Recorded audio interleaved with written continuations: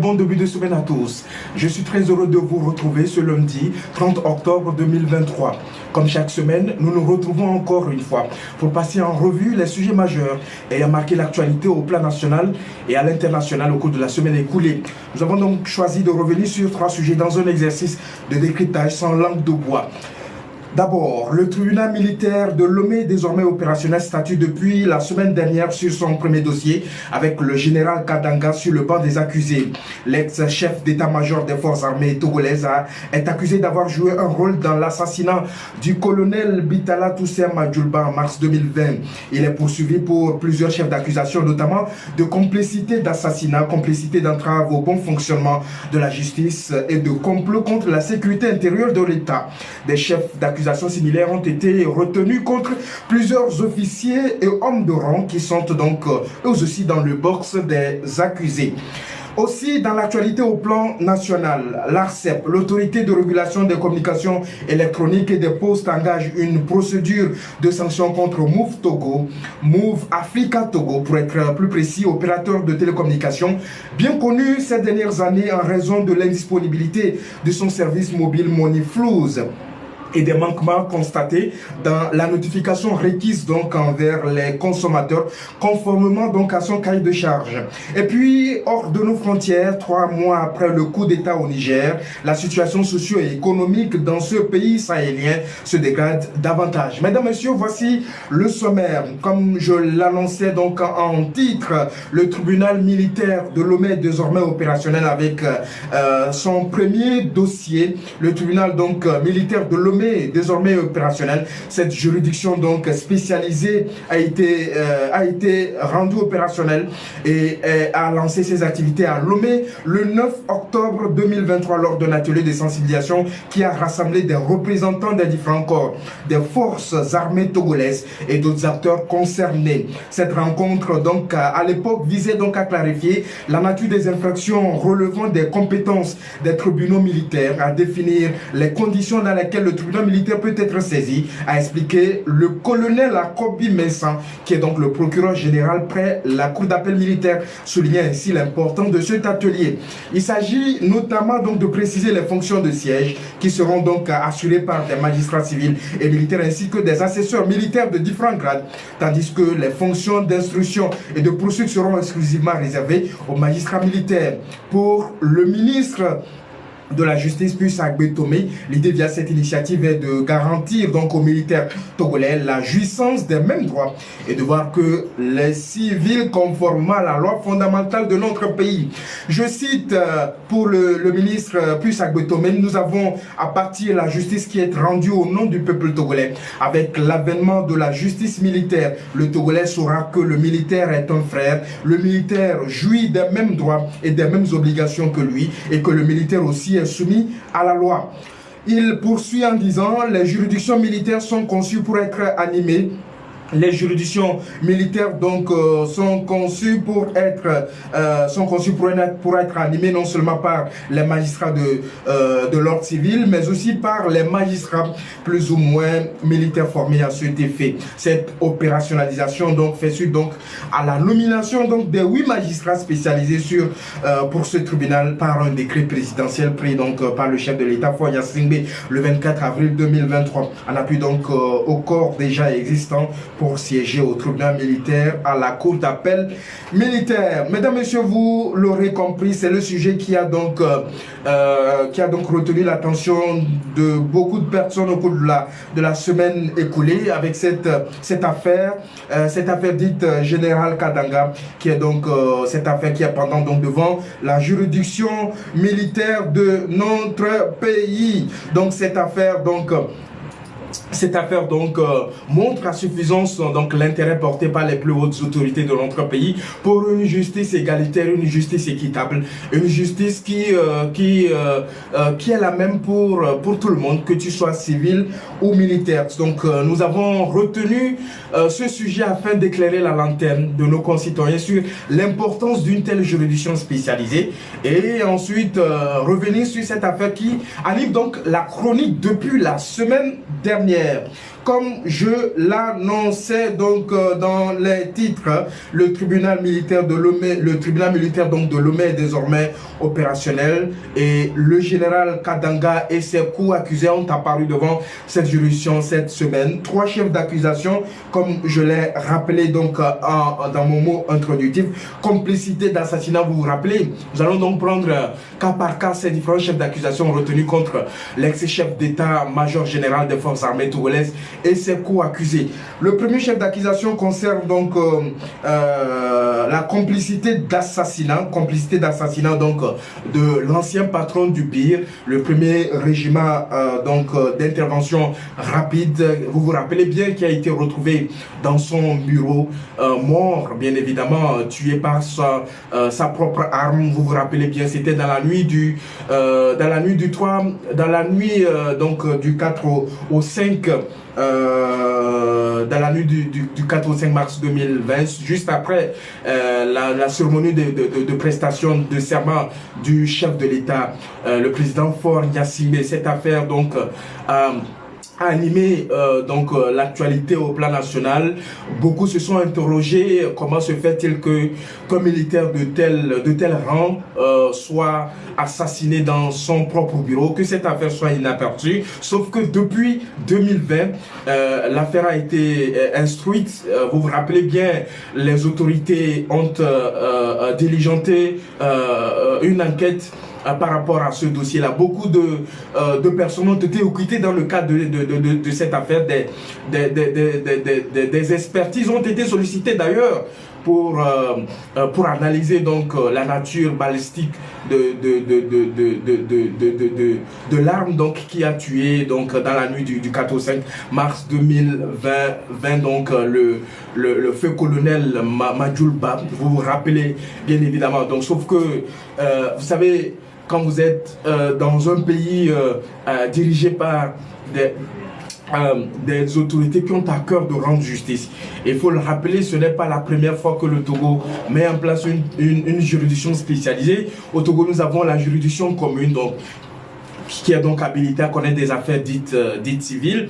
Ensuite, vous avez des juridictions spécialisées. Vous avez donc le tribunal du travail, par exemple. Nous avons également le tribunal du commerce de Lomé. Et le gouvernement juge bon depuis quelques années, donc cela a été revendiqué par beaucoup d'acteurs de la société civile. Le gouvernement a jugé donc bon de mettre en place une juridiction spécialisée, donc pour connaître des infractions, comme je l'ai dit, pour connaître des infractions commises par les militaires. Vous savez, c'est véritablement une catégorie de personnes dans notre société. Donc le gouvernement a décidé donc de mettre en place une telle juridiction pour que ces personnes-là, à un moment donné, qui sont reconnues des infractions qui relèvent donc de la compétence de la juridiction militaire, puissent répondre de leurs faits. Donc le gouvernement a à cœur donc d'assurer une certaine égalité de tous les Togolais, que tu sois civil ou militaire, devant la loi. Donc nul n'est censé ignorer la loi, nul n'est au-dessus de la loi. Nous tous, nous sommes égaux vis-à-vis de la loi. Donc il est important que lorsqu'on est reconnu coupable ou lorsqu'on est présumé coupable d'une infraction, qu'on soit civil ou militaire, qu'on puisse répondre valablement de ces actes-là. Voilà donc le fondement de la mise en place d'une telle juridiction, une juridiction spécialisée pour connaître donc des infractions commises par les militaires, donc dans le cadre de l'exercice de leur profession et tout ce qui va avec. Donc dans cette affaire qui est donc pendant donc devant la juridiction militaire, vous savez, ces personnes-là qui sont aujourd'hui traduites donc devant la juridiction militaire ont été entendues pendant 3 ans. Des enquêtes ou une enquête officielle a été diligentée par les autorités du pays et les conclusions ont été finalisées. Donc, et le gouvernement a décidé donc avec la mise en place d'une telle juridiction spécialisée donc de faire en sorte que toute la lumière soit faite par rapport à cette affaire là qui est donc qui concerne donc l'assassinat donc du colonel Bitala Toussaint Madjoulba, vous vous rappelez, en mars 2020. Donc l'ex-chef d'État-major général des forces armées togolaises, le général Katanga et ses co-accusés donc sont poursuivis donc pour ces chefs d'accusation. Vous savez, il y a un débat aussi qui a eu lieu au cours de la semaine écoulée par rapport au choix qui a été adopté par cette juridiction-là, de faire en sorte que le procès soit à huis clos. Sauf que, en réalité, quand s'approche donc des personnes de cette juridiction-là, on se rend compte que la juridiction n'est pas en principe à huis clos, puisque les différentes familles des victimes, des présumés coupables sont autorisées à assister à ce procès-là. Et vous savez, l'état dans lequel se trouvent nos juridictions, ce ne sont pas des salles assez grandes en termes d'espace, donc ce n'est pas vraiment possible de permettre à ce que tout le monde ou toute personne désireuse donc de participer donc d'assister donc à ce procès puisse prendre part donc à ces différentes assises. Donc ce qui fait que le nombre a été limité par rapport à la participation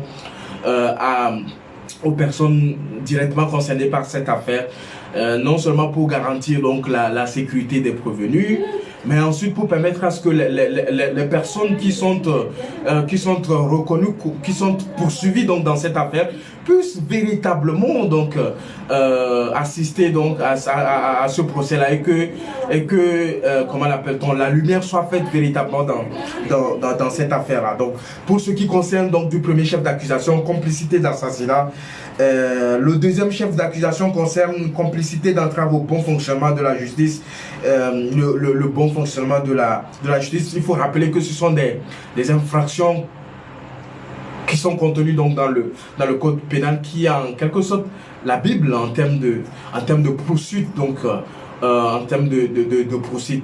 Et comme vous l'avez appelé, vous l'avez su, donc vous l'avez appris en début d'ouverture donc de ce procès, comment l'appelle-t-on, le tribunal militaire de Lomé a donc décidé donc de porter l'affaire devant la chambre criminelle,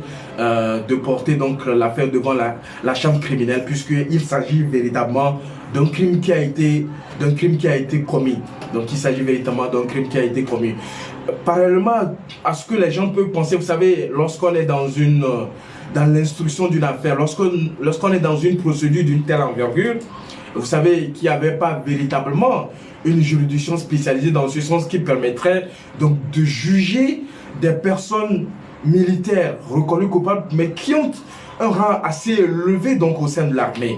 Donc l'idée c'est de garantir véritablement une certaine justice, mais en étant dans le sens de la loi, en veillant à ce que les droits des uns et des autres soient protégés dans ce sens-là. Donc voilà pourquoi l'État a jugé bon de mettre en place une équipe pour diligenter donc une enquête dans ce sens-là, de solliciter l'expertise par exemple du Ghana qui a été sollicité de la France par rapport à l'arme qui a été utilisée pour commettre ce crime-là, odieux d'ailleurs qu'il faut dénoncer, et ensuite de veiller à ce que le procès se déroule dans de bonnes conditions, en faisant et en mettant en place des juridictions spécialisées, en veillant à ce que les compétences requises soient donc sollicitées dans le cadre de ce procès-là. Alors, le deuxième chef d'accusation, comme je l'ai dit, porte sur la complicité d'entrave au bon fonctionnement de la justice. Donc, vous savez que dans le cadre de ce procès-là, beaucoup de personnes ont été écoutées. Vous savez, ce n'est pas le chef d'état-major général des forces armées togolaises qui est donc dans le box des accusés. Il y a d'autres hauts gradés de l'armée. Donc, on retrouve des colonels, on retrouve donc des commandants.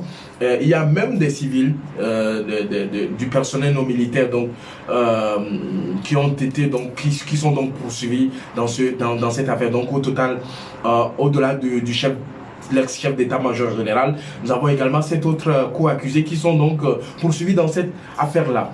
Je voudrais ce soir féliciter donc les plus hautes autorités de notre pays qui, au regard de tout ce qui a été dit, au regard de tout ce qui a été raconté, au regard de tout ce qui se dit, comme on le dit, lorsqu'on n'est pas proche de la douche, on ne peut pas sentir l'odeur de la douche. Ou lorsqu'on n'est pas proche de la cuisine, on ne peut pas sentir l'odeur qui se dégage de la cuisine. Il faut être proche donc de l'affaire pour véritablement comprendre les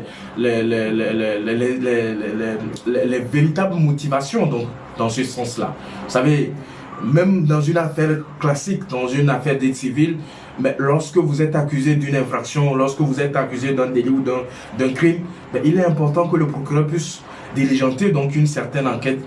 Il est important que les autorités puissent donc diligenter des enquêtes pour faire la lumière par rapport à ton dossier et que lorsque l'enquête aura été, comment l'appelle-t-on, l'enquête aura abouti et que les conclusions auront été faites, donc l'affaire est portée donc devant la juridiction pour que la personne soit jugée véritablement et que la personne puisse répondre donc de ses actes et donc permettre à ce que la juridiction puisse déterminer donc la culpabilité ou non de la personne dans ce sens-là.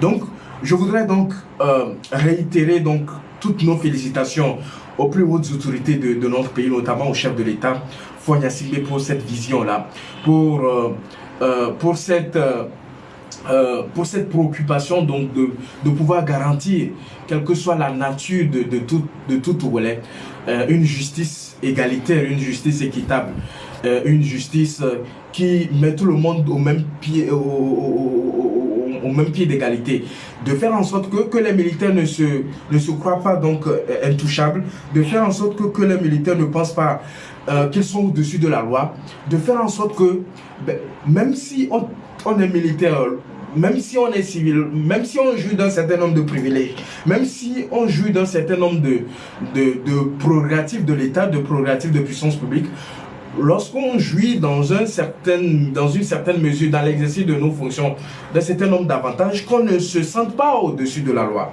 et qu'on se dit que quel que soit ce qu'on aura fait, on va répondre de tout ce qu'on aura commis dans l'exercice de notre fonction qui ne cadre pas véritablement avec la mission qui nous a été confiée. Donc cette affaire qui vient d'être ouverte et comme je l'ai dit, c'est une première, la mise en place d'une juridiction militaire.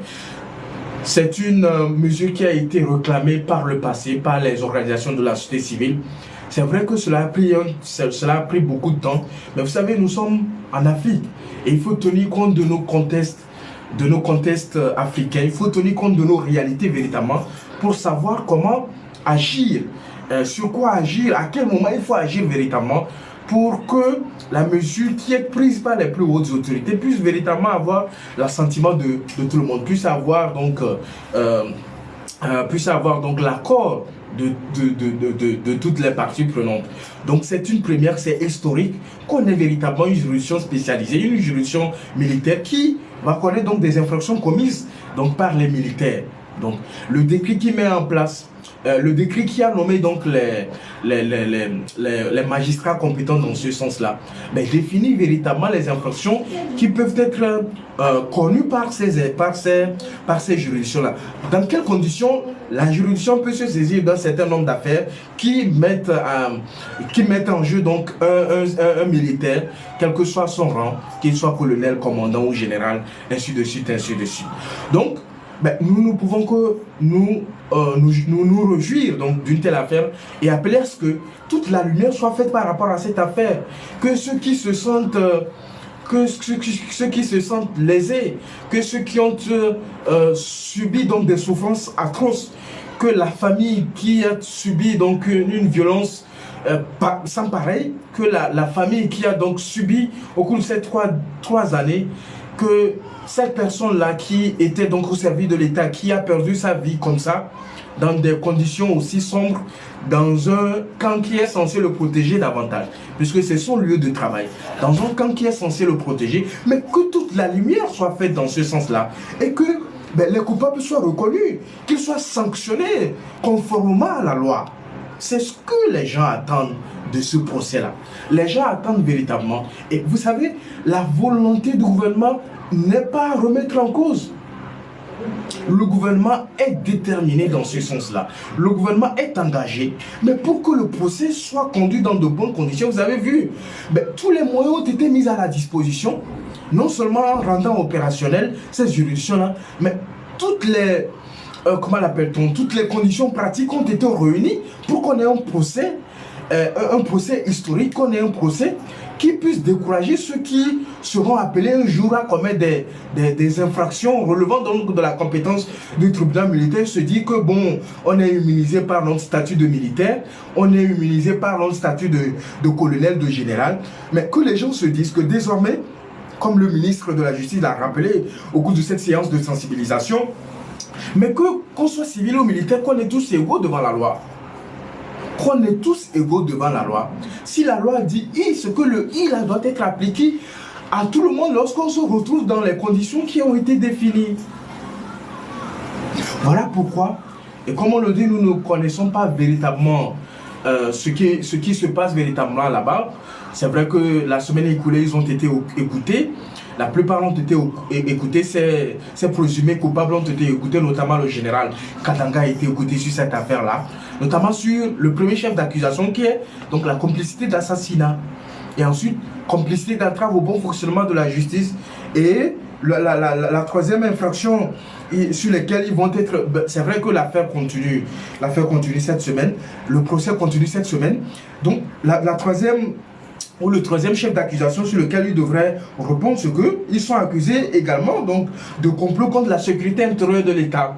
Donc, mais ce sont des infractions qui sont contenues dans le code pénal de notre pays, auquel tout le monde est soumis véritablement. Sauf que il fallait mettre en place une juridiction spécialisée, une juridiction qui a ce caractère-là de pouvoir connaître de toutes les infractions commises par ces hommes en treillis, ces hommes, ces militaires-là, pour qu'on puisse véritablement assurer une certaine égalité de tous les citoyens devant la loi. Donc l'affaire est pendante. Cette semaine, le procès continue également. Notre souhait, c'est qu'à la fin, quel que soit le temps que cela prendra, mais que la vérité soit dite sur cette affaire-là, que la famille puisse faire son deuil véritablement, que la famille du défunt, le colonel Madjulba, la famille du feu colonel Madjulba puisse véritablement récupérer le corps de leur enfant, le corps de leur papa, le corps de leur frère, et qu'ils puissent bénéficier en tant qu'Africains à des funérailles qui doivent véritablement être faites dans ce sens-là, et que son âme puisse reposer en paix. Vous savez, malheureusement, on a appris la semaine dernière que son épouse a rendu l'âme également. Vous savez, la souffrance que la personne peut connaître dans ce sens-là, la souffrance que la personne a subie depuis 3 ans, en attendant que la lumière soit faite sur l'affaire de son mari, sur l'affaire de l'assassinat de son époux, de son mari. C'est-à-dire que la douleur que cela fait de perdre un être cher. Mais nous tous, nous avons des parents. Nous tous, dans notre famille, nous avons à un moment donné perdu un être cher. Mettez-vous à la place de la famille. Mettez-vous à la place de cette femme-là. Et voyez-vous la souffrance que cette femme-là a subi, la souffrance que les parents de cette personne-là, de ce vaillant serviteur de l'État a subi véritablement. C'est véritablement déplorable. C'est véritablement déplorable qu'on en arrive là, que les gens puissent commettre de tels actes odieux, de tels actes horribles, qu'on puisse assassiner une personne comme ça dans son bureau, qu'on puisse prendre son âme, qu'on puisse tirer sur lui sans remords. Et les gens vont penser que les choses vont passer inaperçues. C'est sans compter sur la détermination, sur l'engagement du chef de l'État. C'est sans compter sur la volonté du gouvernement. C'est sans compter sur la disponibilité des plus hautes autorités de ce pays, de faire en sorte que la justice soit rendue au nom du peuple togolais. Que celui qui se retrouve dans une situation délictuelle, que celui qui se retrouve dans une situation criminelle, que celui qui se retrouve fautif, mais que la personne réponde de ses actes, que la personne puisse purger une peine à la hauteur donc de l'infraction commise. Voilà la détermination des plus hautes autorités de notre pays. Voilà la détermination du chef de l'État. Voilà l'engagement donc du gouvernement de notre pays. Donc, nous ne pouvons que saluer cette mesure-là prise par les plus hautes autorités. Beaucoup vont se dire que c'est trop tard, mais il vaut mieux tard que jamais.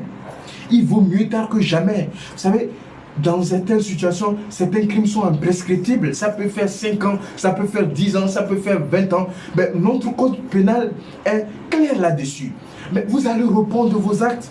C'est pourquoi avant d'agir, avant de commettre un acte, délictueux, criminels et tout ce que vous savez, il faut réfléchir à deux fois. Il faut se dire, mais aujourd'hui je jouis d'un certain nombre de privilèges. Demain je peux me retrouver dans une situation contraire. Parce que la loi va sévir à tout moment. Et surtout au moment où tu t'attends le moins. C'est l'occasion de rappeler aux uns aux autres d'avoir un bon comportement dans l'exercice de notre mission. D'avoir un bon comportement dans l'exercice de nos fonctions. Il est important, avec cette politique donc de paix, cette politique de cohésion sociale prônée par les plus hautes autorités, notamment le chef de l'État Fagne Gnassingbe, qu'on puisse véritablement veiller à ce que tout le monde puisse se sentir en paix dans notre pays, le Togo. Tout le monde puisse exercer ses fonctions, mais tout en respectant les droits d'autrui, tout en respectant autrui, tout en respectant la loi. Parce que devant la loi, nous tous, nous sommes égaux. Devant la loi, nul n'est au-dessus. Devant la loi, tout le monde doit se conformer. Tout le monde doit se soumettre. La loi, des fois, elle est dure. Mais la loi demeure la loi. Qu'est-ce que vous pouvez faire au-delà que de vous conformer aux dispositions législatives? Vous n'avez aucune solution. Vous n'avez aucune manœuvre. Voilà, moi j'ai voulu qu'on revienne sur ce sujet-là. Non seulement pour faire une apologie sur la crédibilité ou non, non seulement pour faire, pas seulement pour faire une apologie sur est-ce que c'est une bonne chose, est-ce que c'est un bon procès, est-ce que ce n'est pas... Non, mes chers amis, soyons réalistes, apprécions ce qui se fait. Apprécions les pas que nous sommes en train de faire pour renforcer notre démocratie. Apprécions les efforts qui sont en train d'être consentis. Apprécions les mesures qui sont en train d'être adoptées par les plus hautes autorités pour qu'ensuite, on puisse avoir une justice équitable, une justice égalitaire, une justice qui est au service du peuple.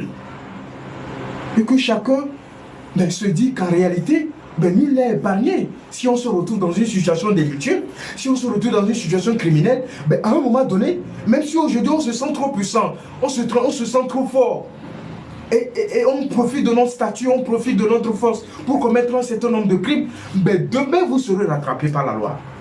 Demain vous allez répondre de vos actes.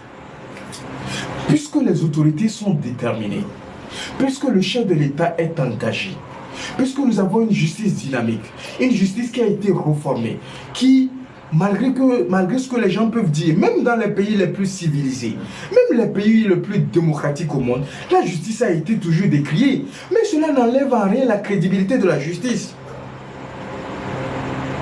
Ce sont les hommes qui jugent. Il faut que les gens retiennent cela. Ce sont les hommes qui jugent. L'homme de nature est imparfait. Le seul juge parfait, totalement dans toute sa globalité, c'est Dieu Tout-Puissant. Donc nous, en tant qu'humains, nous avons nos imperfections, nous avons nos pulsions, nous avons nos... Comment je vais dire ça? Nous avons nos défaillances. Ce qui fait que on ne peut pas rendre justice 100% efficace. Il y a toujours de ces couacs, il y a toujours de ces difficultés. Mais je pense que dans toute la globalité, ce qui est important, c'est de reconnaître que notre justice s'améliore de jour au jour. Notre justice se renforce de jour au jour. Nous avons une justice qui s'améliore grâce aux différents investissements publics. Nous avons une justice qui devient de plus en plus accessible.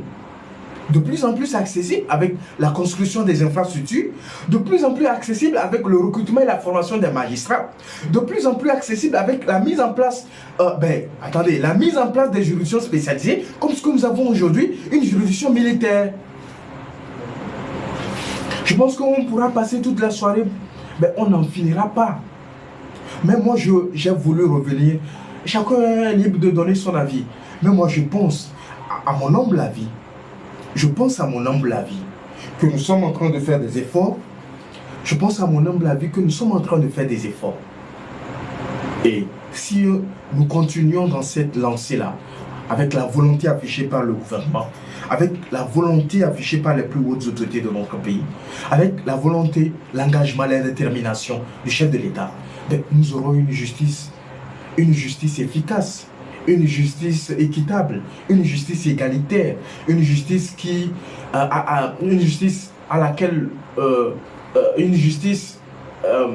aura la confiance, qui aura la confiance du peuple, qui aura la confiance donc des Togolais et des Togolaises. Voilà. Voilà le premier sujet, mesdames, messieurs. Je pense qu'on aura le temps, par rapport au rebondissement dans le cadre de ce procès-là, de revenir et qu'ensemble nous puissions réjaillir des idées par rapport au débat que nous sommes en train de mener. Parce que c'est de cela qu'il s'agit. Mesdames, Messieurs, dans l'actualité de la semaine écoulée, nous avons également retenu de revenir sur cet événement-là. L'autorité de régulation des communications électroniques et des postes, ARCEP, engage donc une procédure de sanction contre Move Africa Togo, opérateur de télécommunications bien connu ces dernières années en raison de l'indisponibilité donc de son service mobile Money Flows et des manquements constatés dans la notification requise envers donc les consommateurs. Vous savez, la semaine surpassée, il y a eu comment je vais dire ça, cette panne technique là, on peut appeler ça ainsi, cette panne technique par rapport à ce service financier mobile qui est Flows, fourni donc par l'opérateur de télécommunications Move Africa Togo. Ce n'est pas la première fois. Vous savez, nous sommes habitués à ces couacs-là, à ces dysfonctionnements au Togo. Ce n'est pas la première fois. Ce n'est pas seulement Move Togo, Move Africa Togo également. Mais il y a également Togocom également, qui à un moment donné, nous avons un problème avec leur service financier mobile qui est donc T-Money. Donc, sauf qu'aujourd'hui, nous avons eu un régulateur qui veille à ce que les droits des consommateurs soient protégés. Nous avons un régulateur de plus en plus dynamique. Nous avons un régulateur qui joue un rôle comment je vais l'appeler, qui joue un rôle de garant du respect du cahier de charges de chaque opérateur. Vous savez que l'ambition des plus hautes autorités a fait que nous avons aujourd'hui l'autorité de régulation de communication électronique et des postes dynamiques, avec un cadre juridique qui a été rénové véritablement, qui assigne à cette institution de l'État un certain nombre de compétences, notamment de veiller au gré à ce que les droits des consommateurs soient protégés dans toutes les situations possibles. Et nous avons assisté la semaine passée à une indisponibilité donc de ce service financier mobile, Flows. Et vous savez l'importance que revêt ce service-là dans notre pays. À cause de quoi? À cause de quoi? À cause du faible taux de personnes, bon, je vais dire ça comme ça, hein, du faible taux de bancarisation. Même si au cours de ces dernières années, il y a une certaine évolution dans ce sens-là. Donc, le service financier mobile constitue l'un des aspects phares de l'inclusion financière. Vous savez qu'il ne passe aucun jour sans que les gens ne fassent des opérations sur des transactions monétaires sur leur smartphone. Soit pour envoyer de l'argent au village à un parent proche, soit pour envoyer de l'argent à quelqu'un qui est malade, qui se retrouve dans une situation où vous ne pouvez pas vous déplacer, alors que la personne est dans une urgence, élevée, où vous êtes appelé par exemple à payer votre facture d'électricité, votre facture eau, parce que vous savez que l'État est dans un processus de digitalisation des différents services publics. Donc vous ne pouvez pas payer votre comment je vais appeler, votre quittance pour avoir par exemple votre passeport. Vous ne pouvez pas payer votre facture d'électricité, votre facture d'eau. Vous ne pouvez pas aller dans un supermarché faire des emplets, faire du shopping et tout ça là. Parce que vous avez un opérateur qui rend disponible un service au-delà de 3 jours, qui ne communique pas. Et que cela crée un désagrément immense par rapport à cette indisponibilité-là. Donc, l'ARCEP a engagé une certaine procédure pour pouvoir sanctionner cet opérateur de télécommunication parce que, 1, pour indisponibilité donc, de ce service financier mobile, 2, pour manquement d'informations de notification aux consommateurs. Parce que Move Africa Togo n'a pas pris le soin en bonne et due forme de communiquer par rapport à cette panne technique. On ne refuse pas. C'est un dispositif technique. Il peut y arriver. Donc il peut arriver que ce dispositif ait des problèmes techniques. Donc si ce dispositif a des problèmes techniques, il faudrait que l'opérateur communique. Il faudrait que l'opérateur informe les consommateurs à temps pour dire qu'en réalité, nous rencontrons un certain nombre de difficultés, un certain nombre de problèmes par rapport sur notre service financier mobile, sur notre service qui est Flows.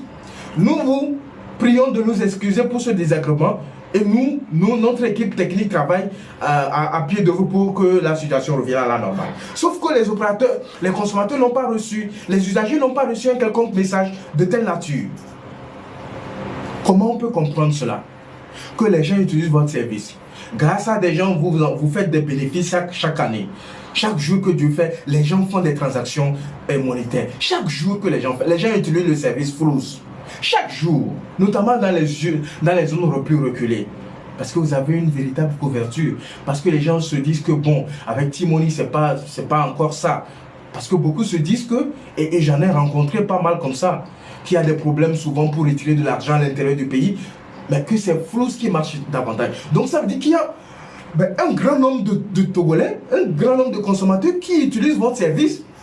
Et le service tombe en panne, vous plongez dans un silence absolu.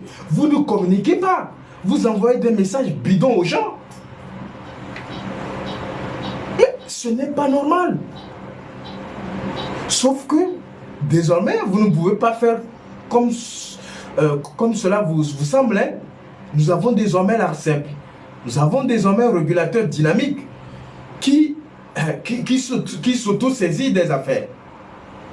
Si les consommateurs, soit c'est une auto-saisie, soit les consommateurs se plaignent par rapport à un certain nombre de services.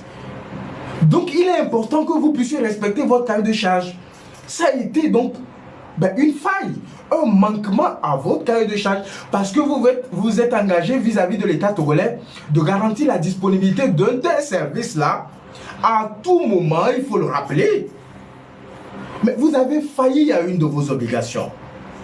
Vous avez failli, vous avez manqué donc comment je vais dire ça, en termes simples, vous avez manqué du respect aux consommateurs, en ne communiquant pas, en ne notifiant pas, en ne leur accordant pas une certaine importance. Mais c'est grâce à eux que vous êtes là.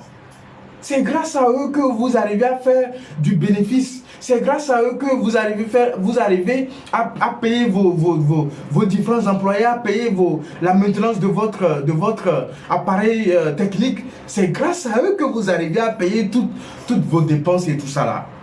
Puisque si le consommateur ne consomme pas votre service, où est-ce que vous allez trouver de l'argent? Il est important que vous puissiez respecter ce consommateur. Il est important que vous puissiez placer le consommateur au cœur de votre stratégie. Il est important que vous puissiez accorder une certaine importance à ce consommateur qui vous permet de réaliser des milliards comme des chiffres d'affaires. Pourquoi vous vous comportez comme ça? Pourquoi vous ne considérez pas vos consommateurs comme des clients privilégiés? Pourquoi est-ce qu'on ne refuse pas? Pourquoi est-ce que dans de telles situations, vous ne prenez pas le soin de communiquer davantage à travers les communiqués radio, des communiqués télé, des communiqués presse? Puisque cela a pris plusieurs jours avant que le service ne revienne à la normale. Pendant ce temps-là, les gens ont perdu de l'argent. Pendant ce temps-là, les gens ont été bloqués par un certain nombre d'urgences, d'exigences et tout ça là. Mais ils vont faire comment? Vous allez les dédommager pour cela? Dans des pays où vous avez des organisations des consommateurs dynamiques, mais ils vont intenter un procès contre vous devant la juridiction. Ils vont ils vont déposer une plainte contre vous pour désagréments causés aux consommateurs. Et vous allez payer. Heureusement que l'ARCEP joue déjà ce rôle-là. Moi, je pense qu'il est important que les opérateurs de téléphonie mobile puissent accorder une certaine valeur, une certaine importance à leur relation vis-à-vis du consommateur. Mais voyez le consommateur comme celui qui vous fait faire du bénéfice. Voyez le consommateur comme si c'est lui. Voyez-le comme si c'est vous qui avez besoin de lui. Parce que si nous ne consommons pas vos produits, je vous assure, pendant une semaine, vous allez faire faillite. Si nous n'utilisons pas vos solutions, vous allez faire faillite. Puisque vous développez tous ces services, toutes ces solutions-là, pour que nous puissions utiliser cela. À quoi sert si vous ne nous accordez pas d'importance? À quoi sert si vous nous multipliez par zéro? À quoi sert lorsque des situations comme ça arrivent, vous ne prenez pas le soin de nous informer? À quoi sert de continuer par vous faire confiance et de continuer par utiliser vos services? Ce soir, je voudrais rappeler donc à l'ARCEP. Je voudrais Bon, c'est vrai, l'ARCEP est connue comme cette institution-là qui inflige des sanctions exemplaires à ces opérateurs-là. Pas de doute là-dessus, mais je pense, par rapport à cette procédure ouverte pour sanctionner Move, mais que ça soit une sanction exemplaire, que ce soit une sanction à la hauteur du désagrément qu'ils ont causé aux consommateurs, que cette sanction-là soit à la hauteur donc des pertes occasionnées donc aux consommateurs, pour que demain, mais avant qu'un opérateur ne s'amuse à se mettre dans une telle situation, il va réfléchir à plusieurs reprises pour dire qu'en réalité, si je m'hazarde sur ce terrain-là, je vais perdre ceci, je vais perdre cela. Je dois mettre au cœur de ma stratégie le consommateur. Mesdames, messieurs, mais c'est ça, c'est de cela qu'il s'agit. Mais il faudrait que les gens se mettent véritablement dans cette situation-là et qu'ils prennent des mesures adéquates qui puissent avantager les consommateurs. Voilà ce que j'avais voulu partager avec vous sur ce sujet-là. Un sujet aussi palpitant, aussi intéressant, qui met à nu donc tous ces comportements-là, toutes ces manœuvres de ces opérateurs-là, qui nuisent donc véritablement aux consommateurs. Fort heureusement je dis. Et je tiens donc, je le répète, je le réitère, à féliciter l'autorité de régulation des communications électroniques et des postes, qui joue désormais un rôle de gardien pour que les opérateurs de téléphone puissent se conformer à leur cahier de charge. Si vous dites que vous donnez aux gens 25 mégabits de connexion dans une zone quelconque, il faut que les gens aient accès à ces 25 mégabits de connexion. Si vous dites que vous donnez aux gens un haut débit connexion 5G dans une zone, il faudrait que la connexion là soit disponible dans ce service, dans cette zone-là. Et l'ARCEP est déterminé à veiller à ce que vous respectiez votre cahier de charge. Vous devez le faire pour votre propre intérêt, pour fidéliser les clients. Ou bien, l'argent que vous faites là, les dividendes que vous faites à la fin de chaque année là, est-ce que ça rentre dans la poche des consommateurs? Non. Mais il faudrait que vous vous comportiez en opérateur économique responsable, que vous puissiez respecter le consommateur togolais. Et si vous n'avez pas cette volonté, désormais comptez sur l'ARCEP. Vous avez l'ARCEP derrière vous. Que vous le veuillez, vous ne le voulez pas, vous allez le faire. Si vous voulez respecter de gré votre cahier de charge, vos obligations, ou vous ne voulez pas respecter de gré, on va vous contraindre à respecter votre cahier de charge, à respecter vos obligations, puisque périodiquement l'ARCEP vous évalue pour voir est-ce que vous respectez votre cahier de charge. Au cas contraire, il y aura des propositions pour qu'on vous retire cette autorisation de pouvoir comment l'appelle-t-on, opérationnaliser votre réseau et vos différents services dans notre pays. Voilà ce que j'avais voulu échanger avec vous. Voilà le peu que j'avais voulu partager avec vous sur ce sujet-là. Comme je le dis, c'est au cœur des discussions, c'est au cœur du débat que naissent des idées novatrices. Je n'ai pas la prétention de détenir toute la compétence, mais je pense donner mon avis par rapport à ce sujet-là. Voilà.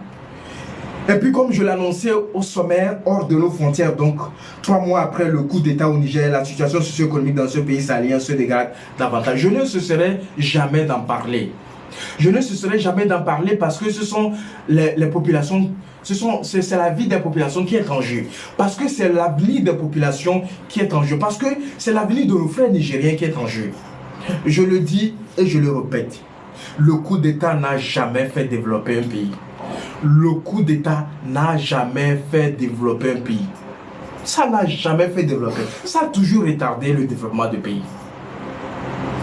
Les beaux discours, les belles paroles, les confrontations, comment je veux dire ça, les comportements de confrontation, ça n'a jamais fait développer un pays.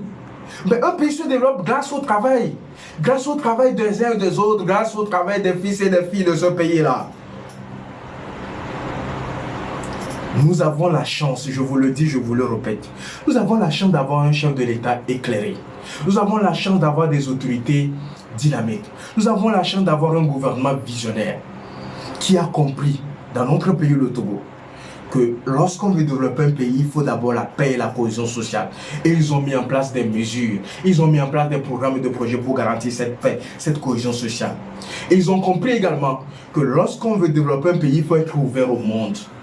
Et là, Ben, le Togolais est un pays, le Togo est un pays hospitalier, nous accueillons tout le monde. Nous allons même chercher les avantages des Togolais à l'extérieur. Grâce à quoi? Ben, grâce à la politique du chef de l'État.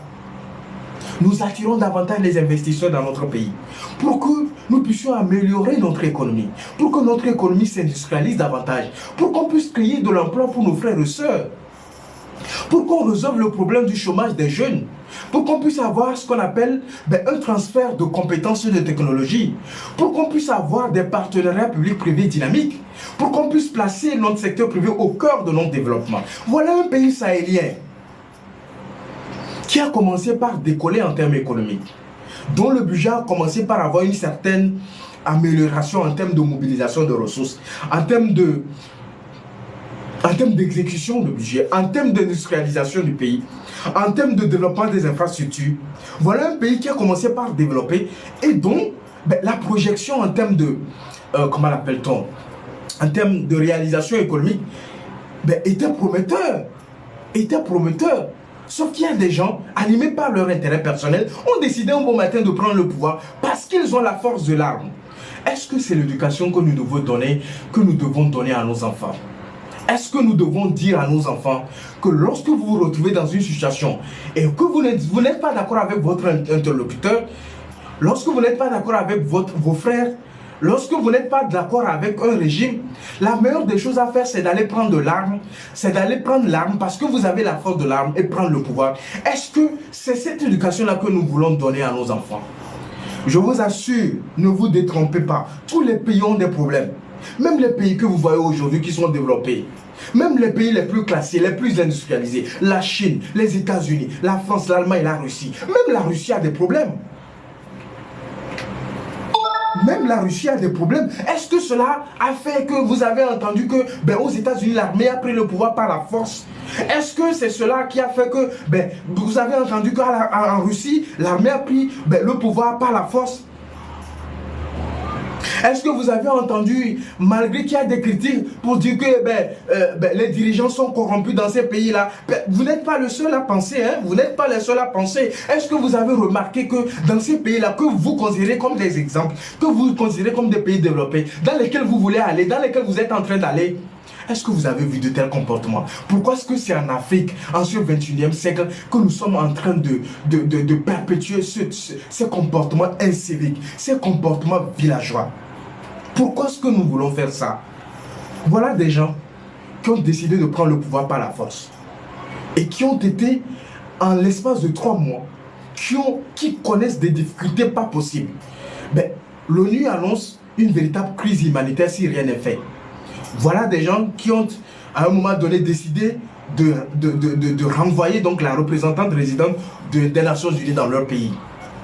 Pourtant, c'est le seul pays qui, malgré les sanctions de la CEDEAO, malgré les aides qui ont été coupées par les Occidentaux, l'Union européenne, la France, l'Allemagne, le Luxembourg, les États-Unis, malgré cela, c'est les Nations Unies qui ont toujours été à vos côtés, qui ont voulu apporter une aide humanitaire à vos populations, parce que vous avez des difficultés, parce que vous avez dû revoir en baisse votre budget de 40%, parce que vous avez du mal à payer les salaires, parce que vous avez du mal à mobiliser les ressources pour faire face donc aux dépenses de fonctionnement et d'investissement, parce que vous êtes obligé, vous avez été obligé d'arrêter un certain nombre de travaux. Mais pourquoi vous vous comportez de la sorte?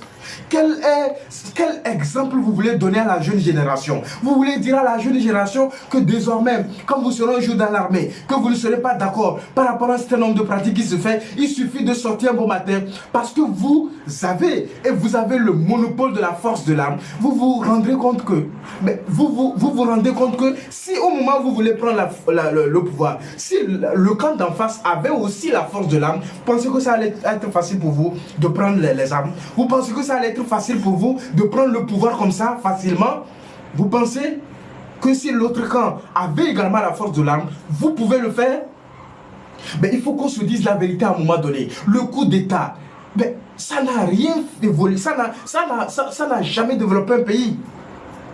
Pour ceux qui voient dans les militaires l'espoir, ils se trompent largement. Ils vont être déçus à la fin. Je le dis toujours, ils vont être déçus parce que ce n'est pas la première fois que les militaires dirigent nos pays africains. On en a vu par le passé.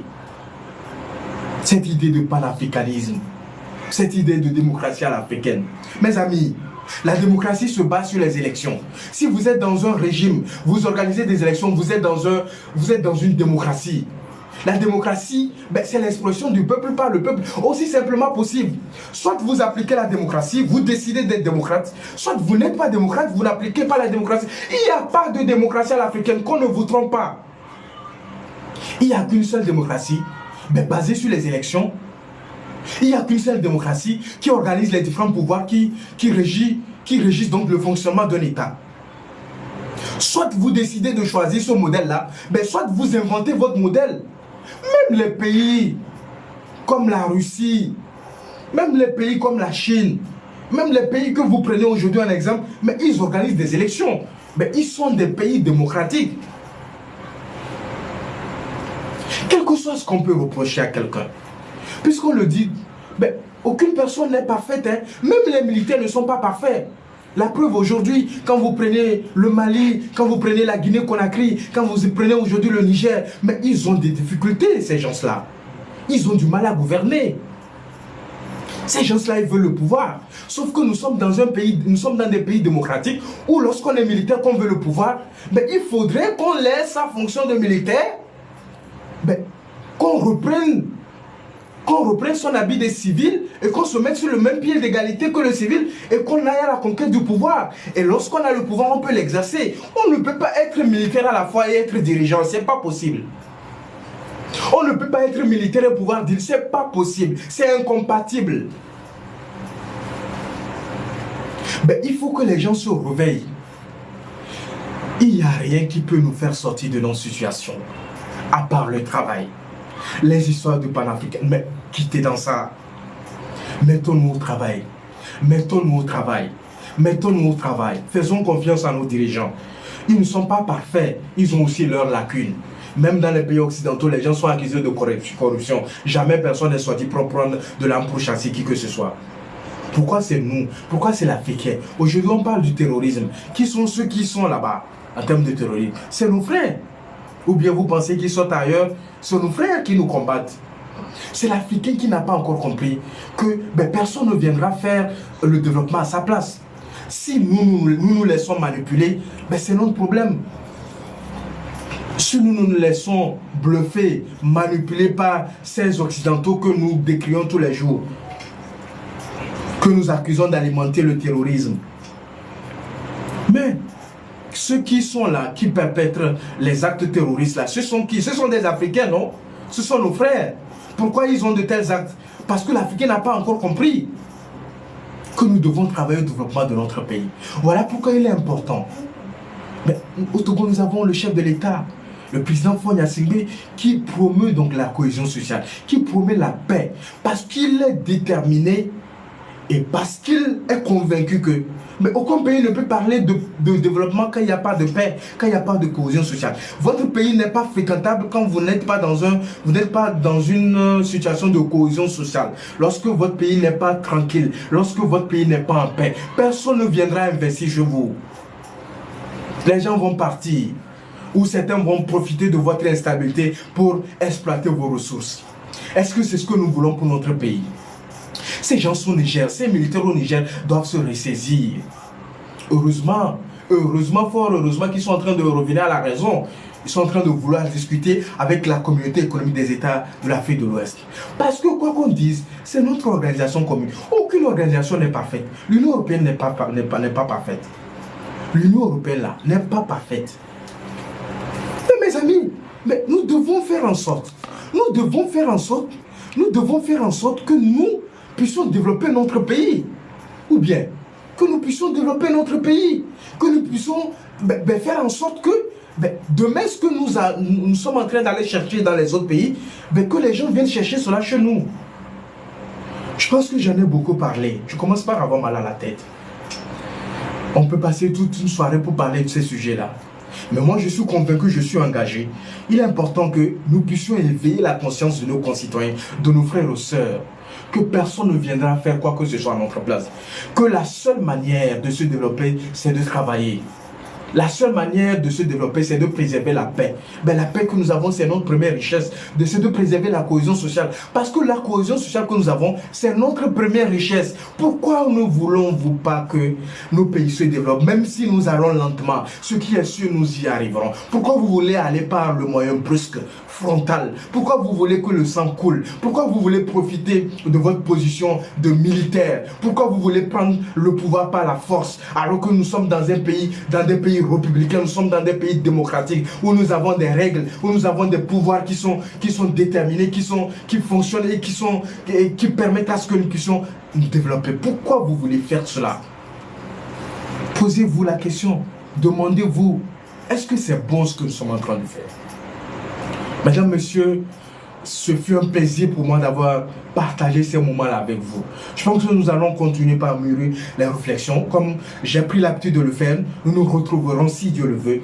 Et je pense que Dieu le voudra très certainement la semaine prochaine pour passer en revue d'autres sujets également qui auront marqué donc l'actualité au plan national et donc à l'international. Je vous souhaite donc de passer une très belle soirée à notre compagnie et à très bientôt. Au revoir.